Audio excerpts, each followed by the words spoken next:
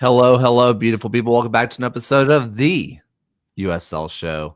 It is so good to be back. It was a wonderful week, really. Lots of amazing matches. Only a couple of matches that were just absolute blowouts, and we'll talk about one of those today, thanks to a tactics show. But we're going to try to hit on all the bangers because boy, were there a ton of them this week. But kind of speaking of bangers, talk about all the articles that you've been writing, Alex. How are you, buddy? Yeah, can't complain. Saw some Henny Derby action this weekend I mean, in it was a person. fun match. I mean, It it wasn't was. fun for you, but for a neutral, it was awesome. Yeah, we'll get to that one shortly. We sure will. Ryan, you've also been putting out some amazing content that if people aren't checking out on the old Blue Sky, that they absolutely should. But how are you? Doing well, enjoying some US Open Cup action tonight, which I can finally wager on, which has been great. My only two takes from the US Open Cup matches from tonight is that the 40SC logo looks like if Fanatics tried to start a soccer club, and the Inter Miami versus Miami FC Derby should be named To Miami, To Derby. I can't unsee that logo now. Wow. Awesome. That's incredible stuff. Hey, so fun stuff coming from our end. The USL show, me. I am going to Chattanooga tomorrow for Chattanooga FC versus Chattanooga Red Wolves. So there's going to be some fun content coming out on that. There's going to be a lot of fun stuff to come from that. So I do hope y'all enjoy that content as it is happening. It should be an interesting day to see the in-person ramifications of the soccer wars. So that should be a good time, to say the least. Before we get too far, I, of course, want to thank our wonderful patrons and our newest patron. Thank you, Sandy Lester. We appreciate you so much. If you want to get your name shouted out like Sandy Lester, Ryan Smeltzer, Matt Peel, Timothy Meadows, Andrew Towsley, Oliver Hedgehog, Kunal Patel, MOS, NF Reg 30, Tim Knox, Rian Lacara, Stephen Howard, Jeremy Churchman, Alberto Aguilar, Noah Telfer, Michael Fuchs, Joshua Duder, John Fuller, Christopher Cohn, Frank Anthony, John Hunt, and Harry Austin.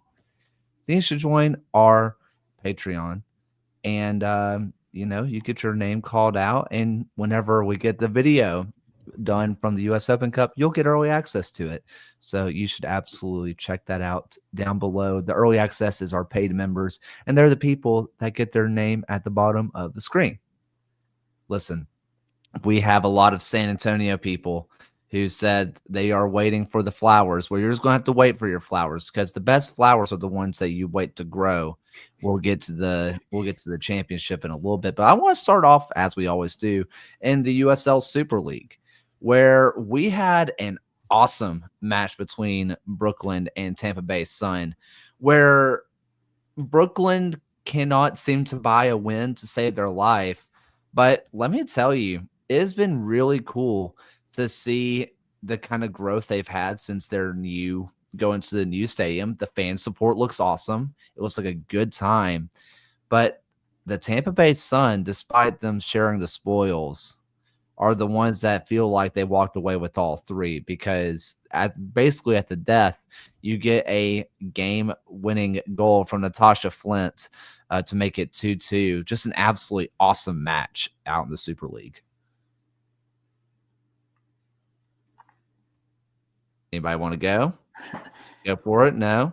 Yay, nay? Yeah, I'll start with this one. Natasha Flint, obviously, with the brace to have this one. And if we're going to reference teams being given their flowers, the Tampa Bay Sun, which would help flowers grow, it's where I thought you were doing the segue, Kaler, or has moved within 3 points of a playoff spot here in the Super League, and in a match where they outshot Brooklyn here and had basically every time they went down to trail, they came back and got the result here. And if you're Brooklyn, your thing is like, my God, when is it going to come? Because they've still gone through the spring season looking for that first victory, and to have basically the conceding goal here at 90+4, they really have to feel unlucky about the draw.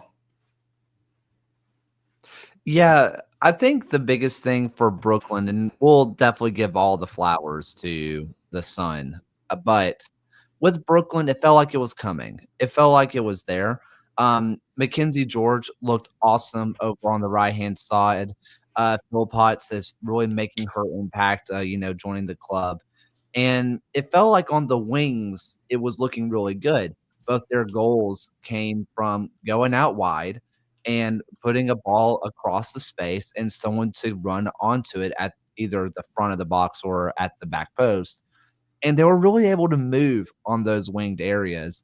And it really felt like that was where Brooklyn was making their mark a bit, and um, they were really able to influence the game that way. I think what you're really losing if you're Brooklyn is just that central presence because you can do, death by 1,000 crosses. They got 2 goals out of it. The defense continues to look suspect at times, but you can live by death by 1,000 crosses. But you also have to have another trick up your sleeve, a trick that they had at the beginning of the season. Meanwhile, I mean, the Tampa Bay Sun looked awesome in what they were able to do. They were creating stuff out wide. They're creating stuff in the middle. Their set pieces looked absolutely fantastic. It looked like a real total display out of Tampa Bay, other than a couple defensive miscues. And if you're Brooklyn right now, you have a matchup against Spokane on Thursday, a team that's currently outside the playoff spot. But you're kind of looking over your shoulder right now, looking at Fort Lauderdale just a point back. You're looking at Dallas Trinity. You're looking at Tampa Bay, who's now, as I mentioned, pulled within 3 points of a playoff spot. Their excellent work from the fall season was great, but they are very much slipping out of this playoff picture if they're not careful. It's wild that they're just 1 point back from Carolina with seven in a row winless streak after they won 6 in a row. Yeah. I mean, you mentioned Carolina, and they end up beating Dallas 3-0, which I did not see coming, by the way. The only reason we kind of started off with the Tampa Bay discussion is because, I mean, 2-2 was an awesome match, but shock of the weekend overall, Carolina's been good, but to 3-0 Dallas to go top of the league, granted with multiple matches, ahead of everybody else. They played 2 matches more than almost everybody else behind them. And that is what it is, but it almost secures a playoff spot as we are not too far away from the playoffs beginning, about 2 months away at this point. That's a big deal. And if you're Tampa Bay, I mean, Ryan, you mentioned Fort Lauderdale. How massive is this point for them as they are just on the outside looking in? Brooklyn is falling, the sun is rising, and you may be seeing a new team in the playoffs come a few more days. Yeah, I mean, if we're just looking at the standings right now, I think we've basically whittled down the playoff picture to just the top 5 teams at the moment. I mean, commiserations to Lexington, DC, and Spokane. Just looking at the playoff picture, it's kind of getting their chances are slimmer and slimmer. But there's still going to be a lot of shuffling left to go on this season. And if Brooklyn's not careful, that could be very well seeing them on the outside looking in. I would also say, and this is going to go on our graphics post, but not talked about today. If you're Brooklyn and you're seeing the Spokane match and you're like, okay, finally someone towards the bottom of the table, Spokane ain't losing right now. The Zephyr look good. It took a lot of the first half for them to slowly figure things out.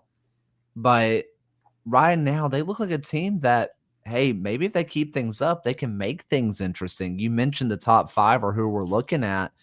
I'm going to tell Super League fans to keep an eye on Spokane Zephyr because they're coming. But let's go ahead, unless somebody has any final Super League thoughts, to go down to League One. And I want to start it off with the blowout of the weekend. And even though he is not here tonight, let's start off with a little bit of John Morrissey, USL Tactics, with our USL League One Tactics show. Velocity have adapted in 2025, using pressure and transitional moments like you're seeing here to become less of a possession-oriented team and more of one that's able to use those breakdown moments in games to back with Derek Waldeck tucking in to help create a turnover. But as soon as Spokane regains, they're working to Andre Lewis, getting wide of the opposing pivot, and trying to find an overload in the half space where they can do damage. By the time they work to the other fullback, Lucky Opara, they've already created that 2-on-1 against a center back. Siobhan John Brown is going to show wider, while Luis Heel can then slide inside, get his chance in the box, and convert to give his team the lead. It's one example of how Spokane has grown in the new season. Yeah, that's putting it lightly. Yeah, I mean, this was a match where Spokane really hit the ground running, and it was fun to watch. And by the way, people who are looking for US Open Cup updates, I know if you're someone who listens to the match or to listen to this the day after, this doesn't really matter to you. But if you're watching live, you should know that South Georgia Tormenta are moving on. They win 3-2, and the Miami FC just go up 1-0 over to Miami to Derby, according to Ryan. Inter Miami 2. That word mark is not trademarked, so it's still out there. There you go. But Greenville versus Spokane. Now, there was a lot of things that stood out to me in this match. First things first. I mean, Spokane, as opposed to last year, and this is where I'm really having to change my mindset of who they were last year to this year. Spokane was fast, man. It was one-touch pass. They were moving through space like lightning. It was incredible how quick they were moving. I think it was the second goal, maybe, the Luis Heel goal, where it was basically Brown was like John Brown and was moving all over the place. You had Opara and Brown just working together, and then they just burst through, and it felt like they went from one corner to the other in the span of 3 seconds. And it was just this beautiful goal. But also, if you're looking at the score line, what I'm about to say is about to say and sound insane. Honestly, Greenville at the very beginning was not far out of this. They were really creating chances. They were causing pressure. There was a couple of good saves that end up coming out of Valdez, where, a bounce goes another way. If the finish is just a little bit better, if Valdez was just a little bit off his game, it's 1-1, it's 2-2 maybe, or it could even be 1-0 to Greenville. But Spokane took their chances. They finished their chances. And the thing that you saw from John's tactics show, boy, they were making Greenville make decisions.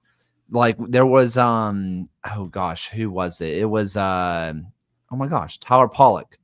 There was a couple times where he got caught a little too far north of the field, and Siobhan John Brown and Lucky Opara killed them.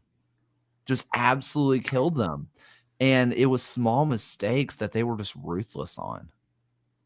Yeah, those first 3 goals, especially, Derek Waldeck stole the ball in the midfield, sent it to Andre Lewis, and then you had Lucky Opera just sprinting down the side, and then found Luis Hill like wide open at the top of the box. You had Evan Lee looked like he was marking Siobhan John Brown. Brandon Fricky was covering both Luis Hill and Brett. Like they made the Greenville defense just look very confused on how to manage marking this incredible Spokane side that's like firing on all cylinders from all sides. This is the Spokane that I expected. It seems at this point they may not pull a Lexington. They may be the real deal. Sorry, Lexington fans. We're just going to keep using that joke over and over. But yeah, like how do you defend against a team like that when they're playing that well from all angles? Like they were just firing on all cylinders. And And then to have the depth of bringing in Neil Vinyals and Isma Jome and in the final 20 minutes of the match. Like you can't, I don't know. That's just crazy.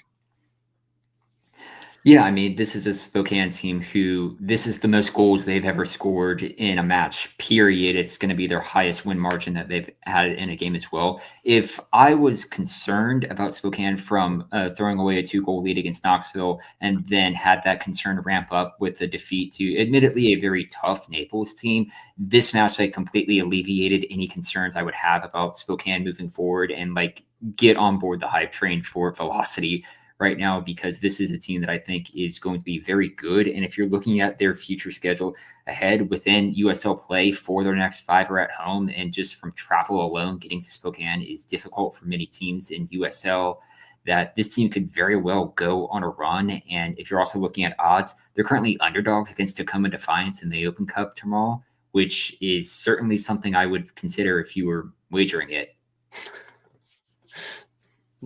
Wow. If I am Greenville, by the way, I'm not worried. I'm just going to be completely honest with you. I am not worried at all. You can sit there and say, flush it. It was bad. This is what it is. Every team is going to have one of those. But what I saw also was how am I going to word this? I saw a lot of good things on the field that just didn't click. Right. They were doing the things that they were doing against Omaha. They're doing the things that you see all the time, or that you've seen from them this year, where passes are connecting. They're really moving the ball nicely. They were able to get a lot of shots off. They just weren't able to put them on target. They were creating chances. It's just, hey, the ball was inflated a little too much today, or, the turf skipped up just a little bit. The Furman isn't watering the turf well enough. I don't know. You could say whatever you want to today. Ronaldinho wasn't there, so we got scared. Like, whatever it may be, the system is working. The talent is there. You don't want to lose 4-0, but if you go back and actually watch the film, I think you still leave saying, we need to finish our chances. We need to be stronger defensively, but we're okay. Yeah, they had 19 shots on target. 19 shots with 3 on target. Sorry, Whoa. misread there. But still, like 19, they put off 19 shots. And they had, I think GameFlow said that their XG was 1.48 in a shutout loss. Like that's, you're absolutely right. They weren't playing awful. You also had Gunther Rankenberg saving a PK. You had Ben Zakowski. Like, I mean, that kid's gonna score. He's gonna score some goals. Yes. He had a lot of shots, a lot of chances. Like, he's good. So yeah, you're right. I would not be completely worried if I'm Greenville or Greenville fans at this point in the season. And this is still a Greenville Triumph team who scored 3 goals against Omaha on under 1 XG per American Soccer Analysis. Like, they can still produce goals here. You just have one of those games that you just wipe your hands, wipe it off, and just not worry about it. Yep. So, if anybody has any final thoughts on this one before we move on, let's go ahead and get some Henny Derby action going on. Where, hey, listen. I know Richmond fans want to see a win. I get it. Forward Madison, and I mean, if we're being really specific, Gebhardt was untouchable.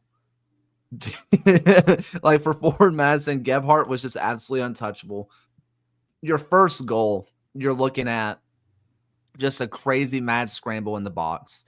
They were creating so many just breakaway counter-attacking opportunities. Forward Madison was. And at the very end, Terzaghi gets into a Terzaghi spot, and he puts a good shot on target. And lastly, makes a fantastic save, dives the wrong way, puts a paw out, still saves it. You are legitimately an inch away from equalizing, and it's Terzaghi again, right? Richmond wants to win, but if you're Forward Madison, I've sneakily had some concerns about what I was seeing on the field from them. Not the talent on the paper. If you put Ford Madison on paper, I think I like them just as much, if not everybody more than everybody else in the league, if I'm being brutally honest here. But it doesn't matter. What I was seeing on the field wasn't great. This just refilled my hope entirely. Ryan, you mentioned Spokane and that loss to Naples that they had, and that this 4-0 really, refilled your confidence. This match refilled my confidence in Ford Madison. And if I'm Richmond, first off, you looked good. They did look good. B, Espinal might just be the signing of the offseason. He's been unbelievable. Yeah, and I agree with that. If I'm the Richmond team here, and speaking as someone who's at the match supporting Richmond, I'm not mad or upset or anything. Just, it's disappointing to lose the Henny Derby, but the way that Richmond played, I'm not disappointed. It was a well fought battle to the end.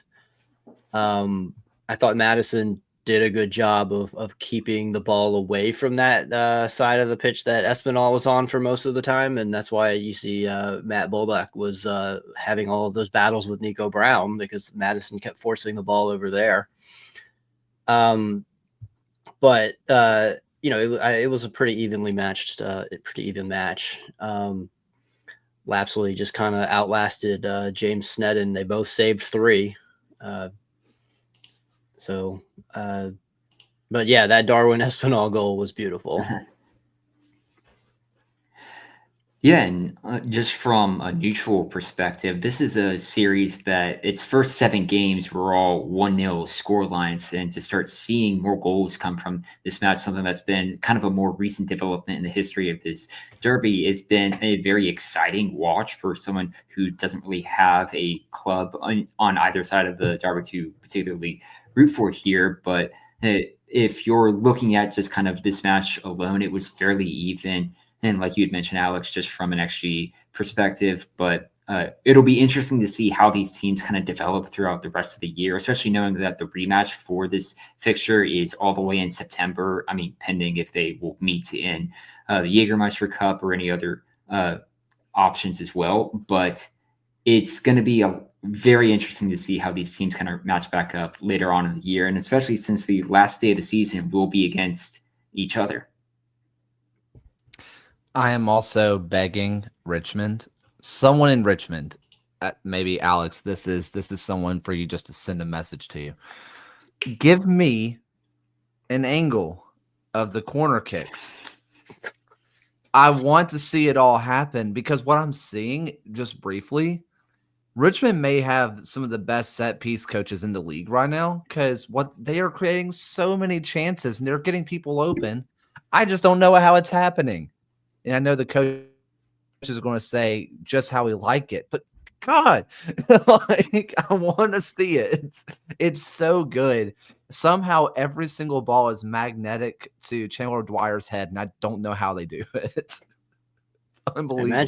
I imagine they spend a considerable amount of time in practice doing that over and over. I'm sure they do. Obviously they do, but like, I don't know what they're doing on their set pieces, like specifically the X's and O's, but it's just fantastic. Yeah, I just thought in general this was just a fantastic match. I think that this one was fun. Everything about it was just straight up good time. Also, yeah, pups at the pitch. It doesn't get much better than that. I was expecting and hoping for a lot more barking. I'm gonna be honest with you. Yeah, there weren't as many dogs there as there normally are. I feel like I think people thought it was going to be a crowded match, which it was. So yeah, I think a lot of people left their dogs at home. I know I did. Fair, because I wasn't going to bring my timid little beagle into the Red Army section. Any final thoughts on this match? Okay, let's go ahead and go Texoma Westchester, where Westchester really get they kind of get the ball rolling, where they look good. They look like the team that we thought they would, but it was not without Texoma scoring a beautiful goal. I think it was Asante over to I don't know, Spengler, and then it was Asante to McManus who finished it off. Just beautiful goal that I was thinking, hey, maybe Texoma has something that I didn't realize. Maybe they underestimate the league, and then Westchester actually started attacking, and then we saw Texoma and how they underestimated the league a little bit. Just to be honest, it Westchester just looked absolutely fantastic. Absolutely fantastic, where you end up getting at the very end just one of my favorite goals, and it was really simple, but you saw what Bolaños brings to you and your team. Just that late run, pass it across, there it is. You had a lot of fun just play between both of the Powders. That's always cool seeing both of them on the pitch at once. Like that's just both had fun. an assist. Both had an assist. You had McGlynn who gets a goal. You get Adwale who gets a goal for himself, and it's a 3-1 win for Westchester. And they didn't look like they were fully clicking, and they looked so dangerous. If I'm League One, I'm scared. Yeah, I think a lot of us had rated Westchester pretty highly coming into the season. And kind of like Spokane, it's like, if they're gonna ease into it, but I think they're gonna end up being a contender for top 4. Very early in the season to say that, but I did like that Texoma they are showing some moments of brilliance, even if they're not sustaining it through an entire match. So hopefully they can build on that and stop competing for that wooden spoon this early in the season. But yeah, Westchester is not going to call it an easy win, but it wasn't a particularly difficult one either. One thing I have to say, Texoma, that car alarm sound that you play when the opponents score, can you not? I don't even think your fans like that. I saw like on the broadcast, when they started playing, I saw one of the fans go like this. You guys know what I'm talking about? Did you hear it? Wait. So I watch almost every single match with the audio off just because I have so many matches on at once. I had no idea that was a thing. Yeah, when That's the opposing team scores at Texoma, they play this like car alarm, like one of the most annoying shrill car alarm sounds too. Like not even like a honk. It was like, it's bad. Like it's Is this like I mean, on one hand, I'm trying to think if I'm a player, do you almost get unmotivated to score because you don't want to hear it? Or do you want to compile the misery score? So not only are the fans mad, but they're just like really mad, Like, not only are we losing, but I'm having to listen to this car alarm. Yeah, I don't know who thought that was a good idea and where is there precedent for this? Like, are there any other teams that play an annoying sound when the opponent scores? I mean, they've heard that sound presumably 7 times already, given that their 3 home games have seen 7 goals go into the back of their own net to their own 2. They're at home and they hear a car alarm go off and they're covering their ears like they got scored on again. It kind of reminds me of when Tormenta's stadium first opened up and they had the tornado siren for all their home goals. And I just imagine like the 86-year-old lady at home, just a couple miles down the road, just being like, I didn't know. I'd get to your safe place, respect the polygon, just like just ducking for cover. Crazy. No, that's insane. But I guess looking at this from Texoma's perspective, their next just like their next few games in the league just aren't going to get much easier. You have Naples, we have the aforementioned Spokane, Ford Madison. You have your first Jägermeister Cup match against what looks like a rather competent El Paso team this year versus what they were last year. Charlotte is going to be, it depends on which Charlotte shows up. That's not an easy kind of stretch of games to get them through to May, which I stopped short of that next one because the next game on May 10th is a trip to play AV Alta. Who knows if that'll be a wooden spoon battle at that fixture moment. But yeah, I think this is they've been dealt a really tough hand to open the season. I mean, this is the beauty of where League One is right now. You're going to have a good team, multiple good teams left out of the playoffs this year. Last year it was the top 6, really the top 4. You're like, these are the good teams of League One, and then everybody else was just bloodbath, just fighting each other, actively trying not to get in at times. Like, it was bad. This year, it's a tight race. You're looking at, for my opinion, 2 teams at the bottom. You're looking at Texoma and you're looking at Chattanooga. Everybody else, it looks like there's remnants of hope. AV Alta's kind of on the line for me, but even then, there's quality on that team. At the very least, they're going to accidentally run into a ton of wins this year because there's talent on that pitch. I think that if you're Texoma, you're hoping that some of these guys that you took a chance on really come through, that they really show what they can do, and maybe that, home support can really get behind them and galvanize the team a bit and force some mistakes, force some wins. But from what we're seeing early on, I don't want to tell Texoma fans to just go ahead and look to next year because that's mean and messed up. But maybe start looking at the Jägermeister Cup. Throw Solomon Asante up there and see what he still has. Hey, he looked pretty good, though. He did. He did. Are we about ready to go on to the championship? Yeah, one only other thing I have to say about Texoma, it's going to be a little bit even more difficult because they're going to be without Ajmer Spingler next week.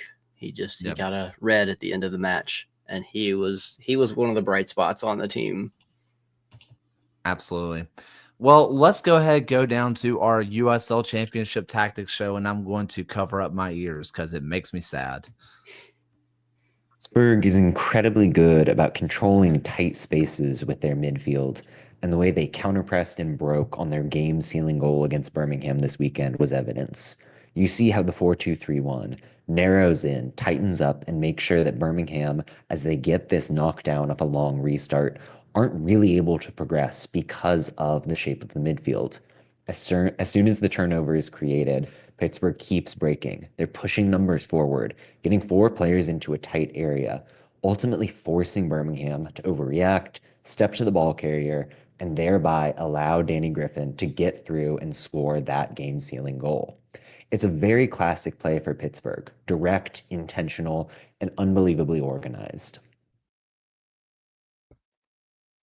And this match was a landmark match where I am trying to find it now, but I believe this was the Riverhounds' 100th win at Highmark, and this was a big moment for Bob Lilly, and it's well over 100 matches because, I mean, he is the best coach in the USL, like ridiculously. Or not even just USL, but just US soccer. Pittsburgh absolutely dominated Birmingham every single time. Like they just are just so good. Pittsburgh are just so good. They absolutely dominated. Birmingham went with a very compact system purposefully, which is an insane thing to do against a Bob Lilly team who is very good in the condensed areas. And they made him pay. Robbie Mertz was the man of the match for what he was doing on set pieces and what he was doing off the ball, on the ball. Everything he was doing was awesome. The vibes looked awesome at Highmark. By the way, Augie Williams turned photographer. I don't know if anybody saw that, but during the first goal that Robbie Mertz scored, he took someone's camera who was a team photographer and just started taking photos. I think he took the team photographer's camera and just ran away with it and was taking photos of Robbie Mertz, which is hilarious.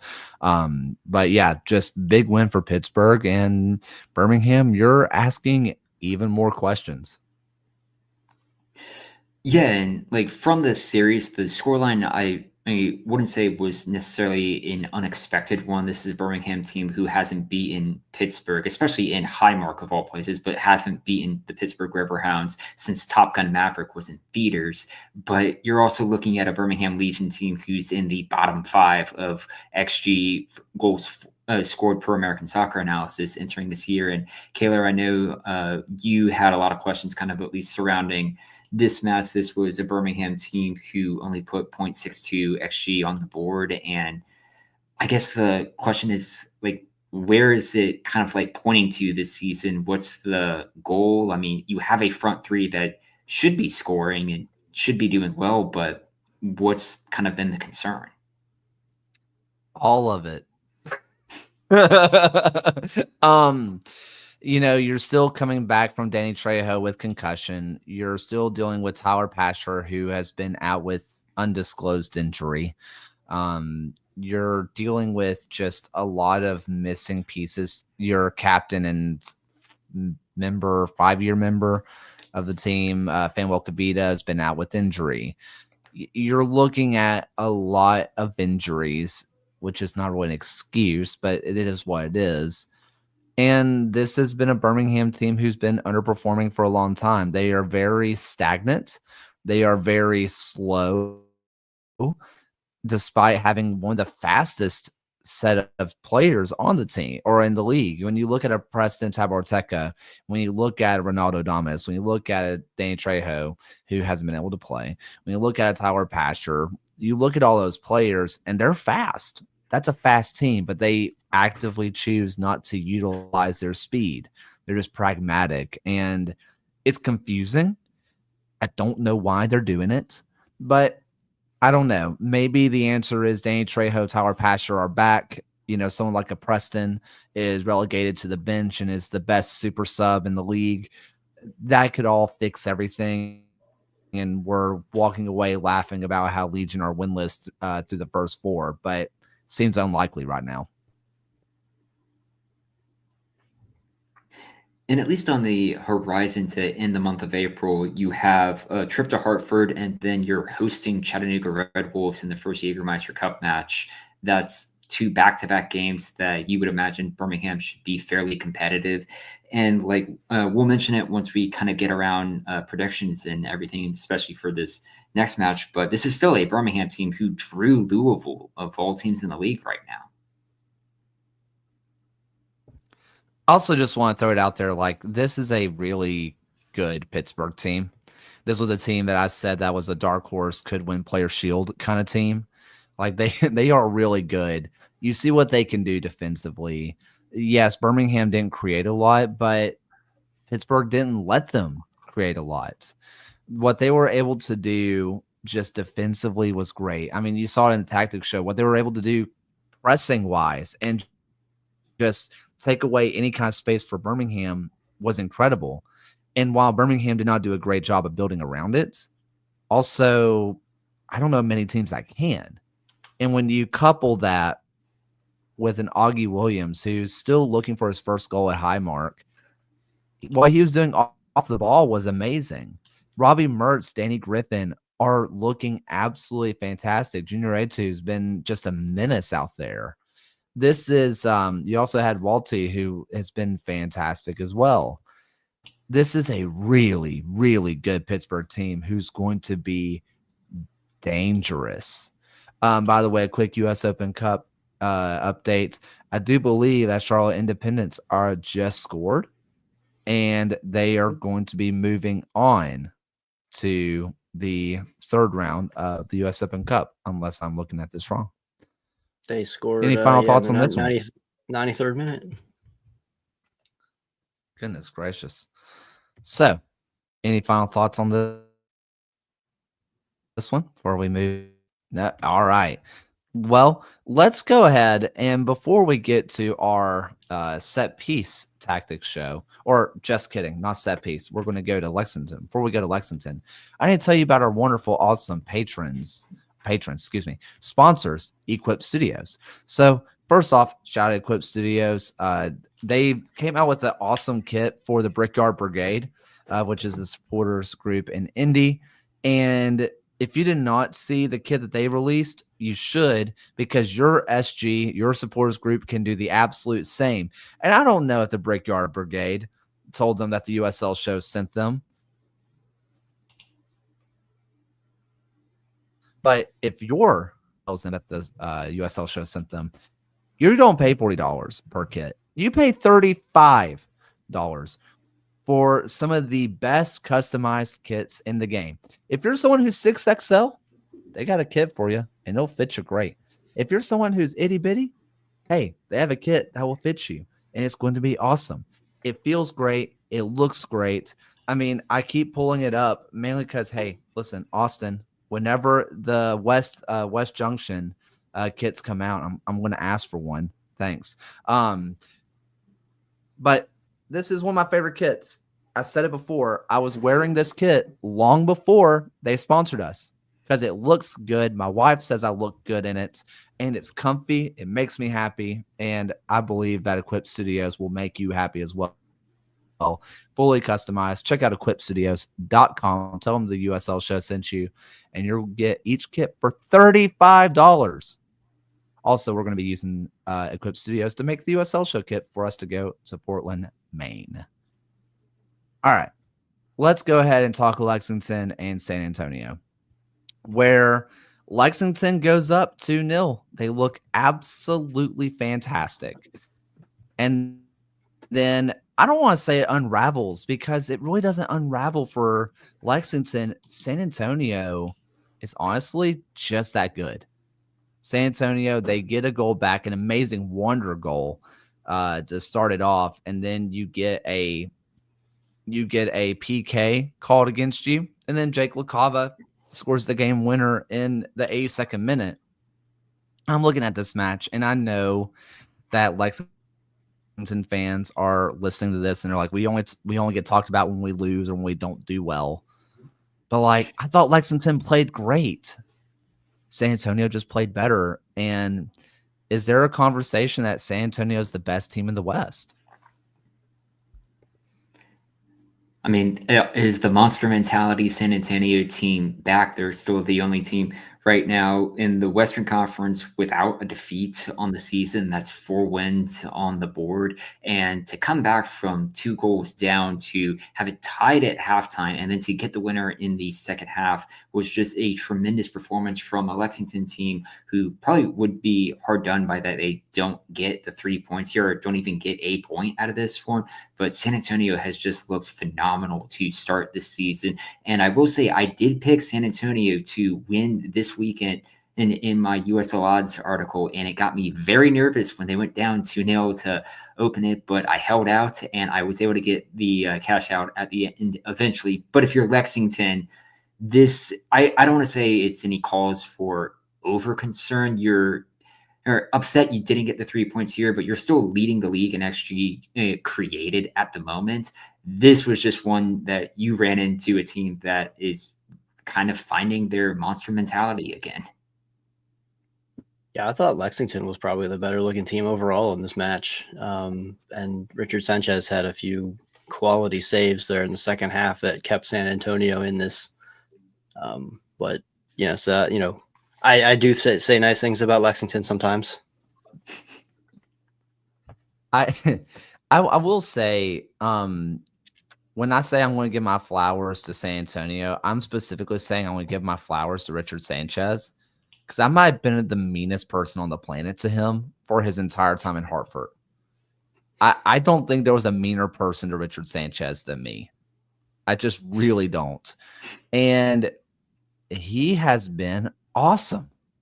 I mean, seriously, he's been so good to start off this season.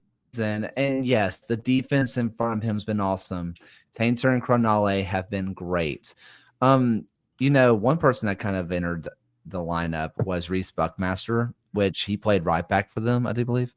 And it's nice to see him really get going again. He had that time with Memphis where he was on top of the world, and then he was really bad for a while, and he looked good in this match. In general, this is a San Antonio team that I like defensively a lot.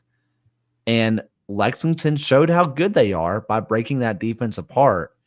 But when you have a guy like Jorge Hernandez, who is as good as he is in the midfield, the best central attacking midfielder in the league, and you have a Hawkinson who can just really destroy lines. You have a Jake LaCava who he is notorious for having that really hot stretch, I believe, for Tampa Bay.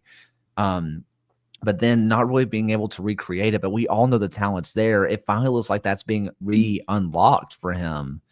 You're looking at this team and you're just really loving what you're seeing. I think that Lexington just ran into a buzzsaw. I know they're going to have some complaints about the penalty call.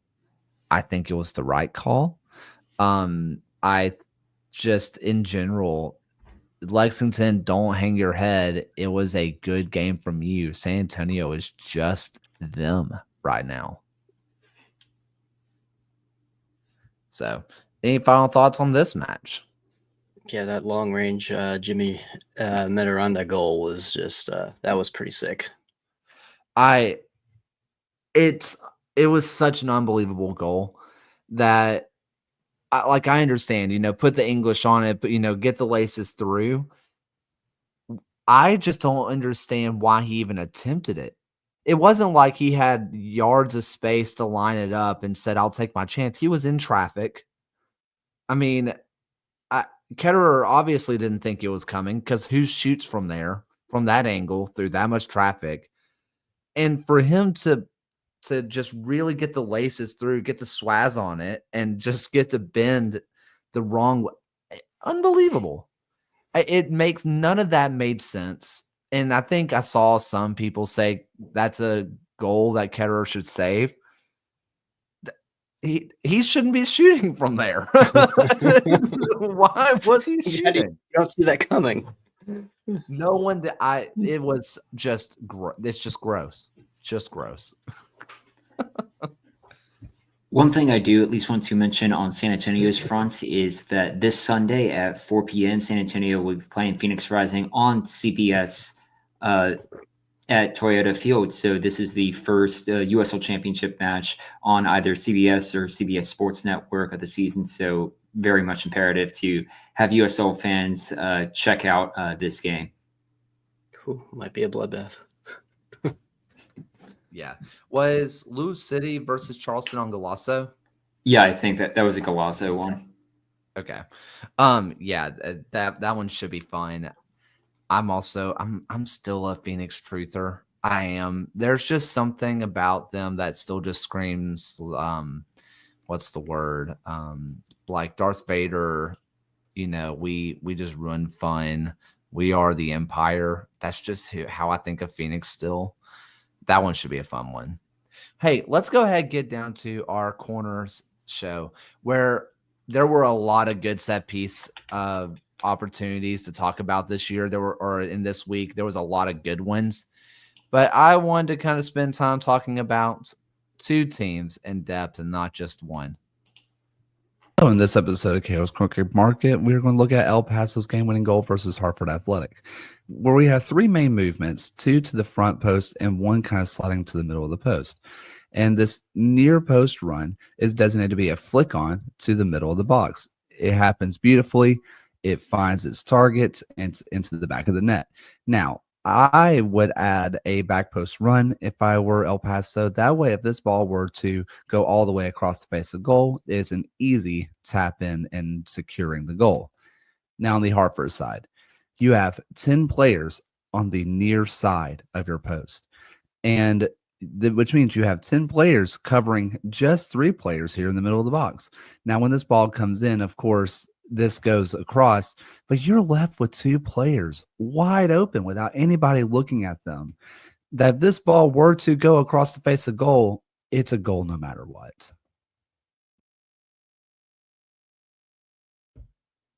I say this as nicely as I can. That was some of the worst set piece defending I've ever seen in my life. I don't want to. I feel like I'm always mean to Hartford. Maybe I'm just mean to Hartford. I don't know. Maybe it's not a Richard Sanchez thing. Maybe it's just a Hartford thing. I don't know. it's just, I don't understand how you have 10 players on the near post. You stack them all on the near post and you leave 2 guys wide open. I just don't understand what the thought process is there. El Paso did not utilize that set piece fully. If that ball trickled across the net, they would have enough time to save it and get a tap in before anybody could get there to them. Hartford looks rough right now. And right now, to me, I think there are 3 teams currently at the bottom of the East and arguably in the USL altogether. You're looking at a Hartford, you're looking at a Miami, you're looking at a Birmingham, maybe an Oakland.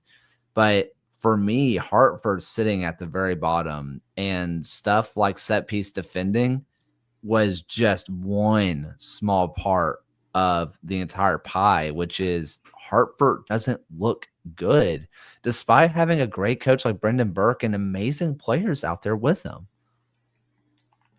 Yeah, the you mentioning that they just left 10 players on that side of the post made me think of when I play Football Manager and forget to change my corner routine depending on the match, and I was like, oh, I'm caught off guard with this one. But yeah, I mean, it's a shame that we won't be able to see a Hartford Miami match until September of this year.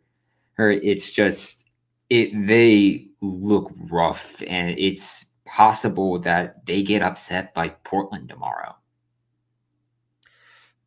Yeah, I want to give El Paso a little bit of flowers. They've looked pretty good to start the season.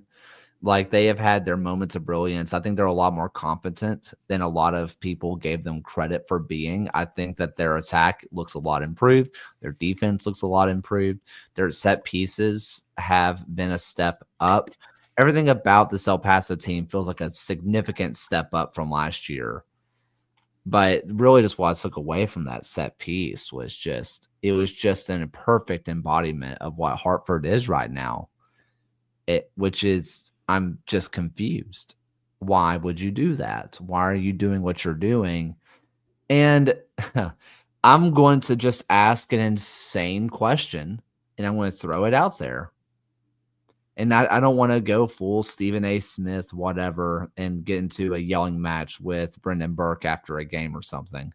But, like, if this goes down and Brendan Burke gets fired or they finish at the bottom of the East, how much does that ruin his USL coaching legacy? Because he's highly revered right now, and this is tarnishing it pretty quickly for me.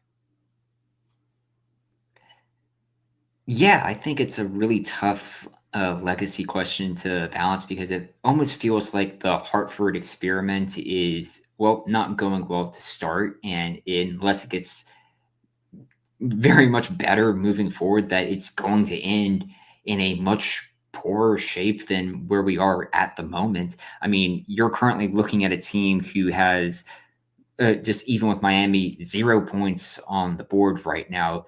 But we've also seen a Burke-led Hartford team have issues in the past. We've seen them struggle on the field that I really think it is starting to kind of tarnish the kind of Brendan Burke that we would remember. Like if we're looking at other longtime USL coaches, like a Bob Lilly would never let a Hartford team get to this state, or like even in his tougher seasons, he still put out a very difficult to beat Pittsburgh Riverhounds team, for example. So yeah, this is like very concerning if you're Hartford. Well, one of the set pieces that I've highly considered for this segment is FC Tulsa. They get their 1-0 win over Sacramento, where if you're Sacramento, the build-up play was nice. What they were doing to build up and really create chances was great. They just did not put any pressure on the goalkeeper at all. None. Literally none. If you are Tulsa, you walk away with a 1-0 win, where I'm pretty sure, and now maybe I miscounted, all but one of your shots on target came from Arthur Rogers and a corner. Like, I think 5 of their 6 shots on target were from a corner delivery because he's just a stud like that. And they were able to get a game winner 1-0, and Escalera ends up getting the goal in the 87th. And I'm impressed with what Tulsa's doing. They continue to win. They're continuing to put together good performances that preseason I did not think they had in them because I'm an idiot. But I mean, if Arthur Rogers and co can continue to make set pieces that dangerous all year long, hey, maybe don't put 5 on target from corners next week.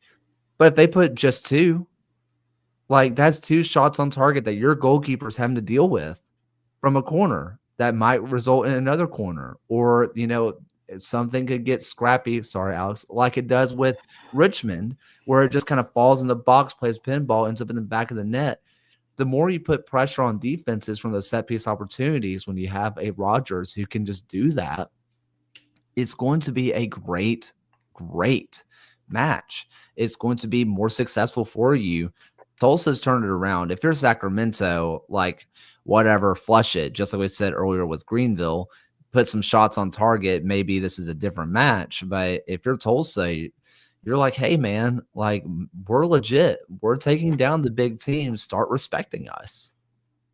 Third 1-0 win this season. That's how I with like a 1-0 loss. When did when do they play Pittsburgh? Because I gotta know. Because that just has that is destined to be a 1-1-0-0. Just give it to me. In the USL Cup final, they don't meet in any competition at the moment. What are we doing, USL? What are we doing? I will say, like, I had mentioned it in my odds article, and I nearly talked myself into picking Tulsa. I didn't make it the eventual bet that I did, and I regret because I had said it's like they may very well beat Sacramento for the first time in their club history tonight when I published the article last Friday. And I just didn't go for that. But I really think one of the stories of the start to the season is that there are 3 teams that most people probably don't give too much second thought to in the league that are, as it stands, currently in the top 3 of each of their conferences that you have in Tulsa, Monterey Bay in the West, and Loudoun United in the East. These are teams that you wouldn't necessarily give them as much thought, or they were finishing outside the playoff picture at the bottom of their conference sometimes, and they've looked pretty good to start the year. You're last week listener of the USL show. You should be on Loudoun every single year. Last week I asked, is Monterey Bay for real? They said put no. out another decisive victory. This week I want to ask, is Loudoun for real? Phil gave us lads a couple weeks ago of Loudoun always does this. Fill in your S word here. I think Loudoun's legit, but also Phil is right. They always do this where they start the year insanely hot and then just die midway through and for no good reason at all. I'm cautiously optimistic because what they're doing seems repeatable. It feels like they can and continue to do what they're doing, especially with Abakara. It's just an absolute freak show. That guy is so good. And right now, there's no other team. I kind of put this out there besides San Antonio and Louisville. There's no one that really can punish you for your mistakes like Loudoun can right now. Even Spokane, who we talked about earlier today, yes, they did it against Greenville, but like I don't think there's anyone in League One right now who can punish you for making mistakes like Loudoun has. Super League, maybe Fort Lauderdale, maybe. But really, for me, it's San Antonio, it's Louisville, and it's Loudoun. You make a mistake, they're going to score from it. I think that, yes, I think Loudoun is legit, but I'm cautiously worried. Monterey, I'm still going to stick with my no, but I am fully prepared to eat crow. If there's any Monterey Bay fans that are listening to this that want to put up a friendly wager on something that I have to do on the show or something, go ahead. Let me know. As long as my life or my career are not in danger, I'm willing to do it. So just reach out, because I'm still pretty convinced that they are not going to be in that home playoff discussion and towards the bottom of the playoff table if they make it. Yeah, they did have a weak schedule to open up the season here. Lost to San Antonio, and then they beat Oakland, Orange County, and Phoenix. Granted, Orange County was my preseason number one pick going into the West. I thought they were the best team in the West coming into the season. So that's a good result for me still. Okay. Your wager should be, if Monterey Bay are hosting a home playoff game, you have to record an entire episode wearing the mascot suit for Monterey Bay. If Monterey Bay, and I don't know how I'd finance this, if Monterey Bay makes a home playoff game, I will be Kelpie for one match.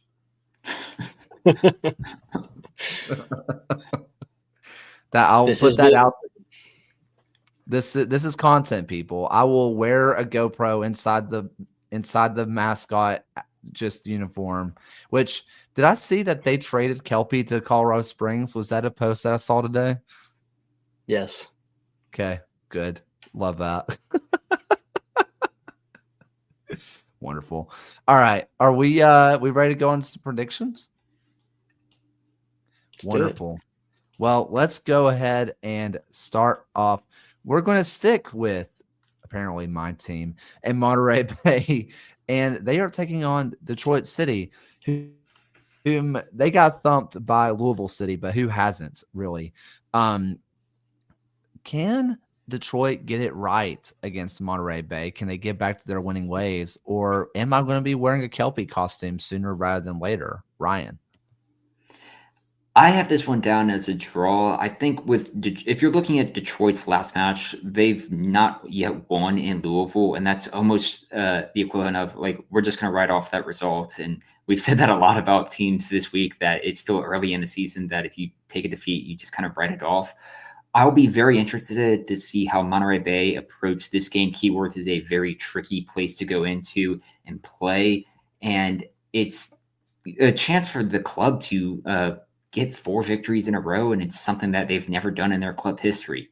I don't think they'll get 4 victories in a row, but I don't think they'll take a loss on this one as well. So I'm going with the draw. Alex? I'm going to go with the momentum here. Monterey Bay for the win. This is going to be their big test. I think they're going to pass it. I mean, I think you can all guess where I'm going. I am going Detroit. I think that what Detroit does tactically is just so hard to beat, and I kind of hate to throw this out there flippantly because it sounds lazy, but it's Keyworth, right? It's just so hard to come out of there with any points. Maybe this does end up being a draw, like Ryan says, but if you've been following for a while, I don't like to pick draws. I like to pick outright winners, and if I'm going to have to go with an outright winner, I'm never betting against Detroit City at home, ever. I just refuse to do it. Next up, let's go ahead and go a little bit of Spokane versus Portland, where we go northeast to northwest, which I think is, when's the last time we've done that? Was that when Texoma was still in the league? It's been a long time since we've had a northeast and northwest trek, so that's fun. That should be a good one, where Spokane is off the ground and they are really going. Portland put up a nice battle against Naples. I would love to see how many people are going from the Atlantic Northeast to the Pacific Northwest for Portland, because they had a nice little contingency. How do you see Portland doing in their second ever match, Ryan? Yeah, we sung the praises of Spokane earlier in the show, and I feel like I can't pick against that just after what I've said for Spokane's behalf. So I've actually locked them beating Portland this weekend, and I think they could possibly do it in a 1-0 fashion. Alex? I also locked in Spokane on this one. It's going to be very hard to bet against them the way that they're playing right now, especially at home. If I'm being really honest, I think it's a draw. But I'm also going to be going with Spokane. It's them at home. It's the first big cross-country travel for Portland, which we saw with Spokane last year. That's really hard to do. Like Spokane would go across country, and it was really difficult for them. Portland's doing it for the first time. I think that's enough to really push them over the edge. However, I like what Portland's doing defensively. So maybe they can slow down what Spokane does. But if I'm having to pick a winner, I'm going Spokane. And finally, we have our final Florida Derby, where I think that Tampa Bay Sun and Fort Lauderdale just only play each other. I don't think they've ever played another team besides each other, ever. It just doesn't happen. Where we have the Sun coming off of a big draw, like we talked about before. Fort Lauderdale, though, if they win, I do believe they go top of the league. Gio posts the meme. Like it is a tight battle up top. Can the Sun find their way into the playoffs, or will Fort Lauderdale find the way at the top once again?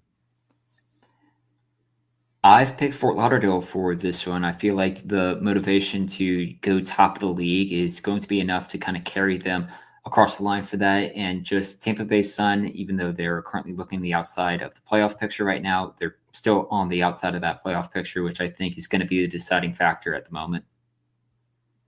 Alex? Yeah, I have also gone with Fort Lauderdale on this one.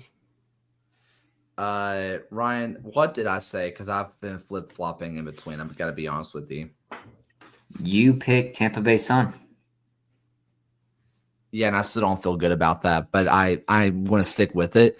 This feels like a match that can go either way. This one was the hardest one for me to pick. I want to stick with the hot, I guess, feats. I want to stick with just kind of the people that are just really going with it. Tampa Bay is really rolling. Don't get me wrong, Fort Lauderdale is disgustingly good as well.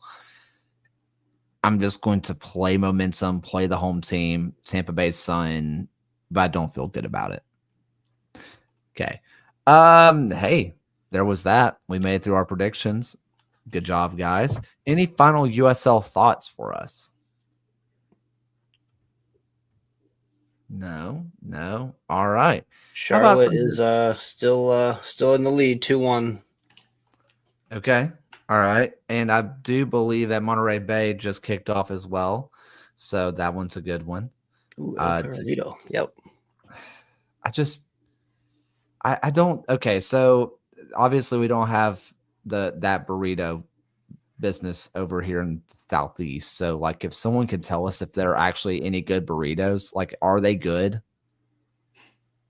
I just desperately want to know, because if this is like, I know it's not the same, but if I came out here and I was like, hey, welcome to Taco Bell FC, right? Or our local equivalent, like Taco Casa FC. Like, it's not good, but you'll eat there. Is it that kind of place, or is this like good burritos?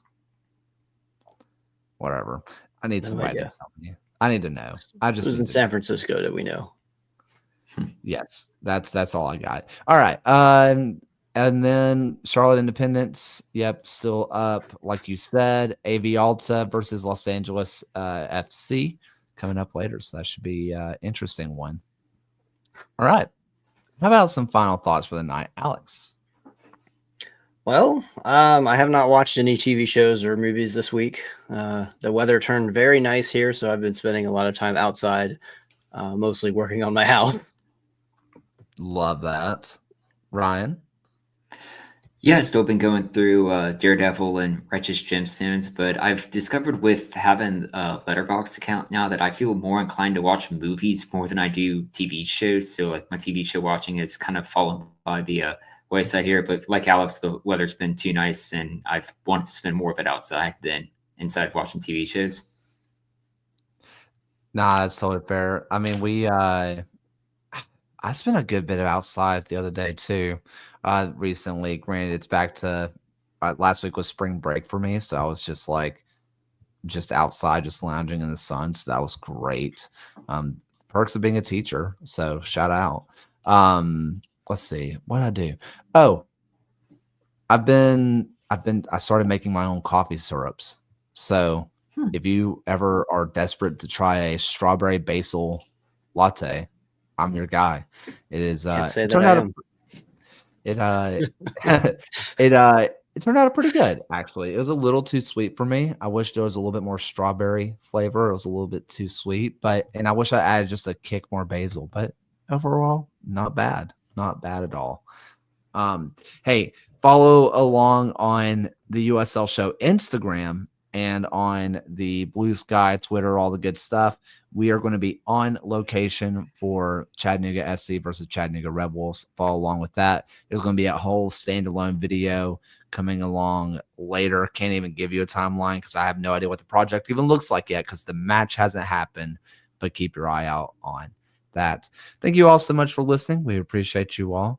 As always, check out our Patreon, check out Eclipse Studios, and be nice to each other, consume all the USL content. And for the first and final time tonight, here's Alan's voice. Thank you for watching another episode of the USL Show. The USL Show is now proudly part of the Protagonist podcast family. Please go to protagonistsoccer.com to check out more work. Thanks for stopping by, and we'll see everyone again next time.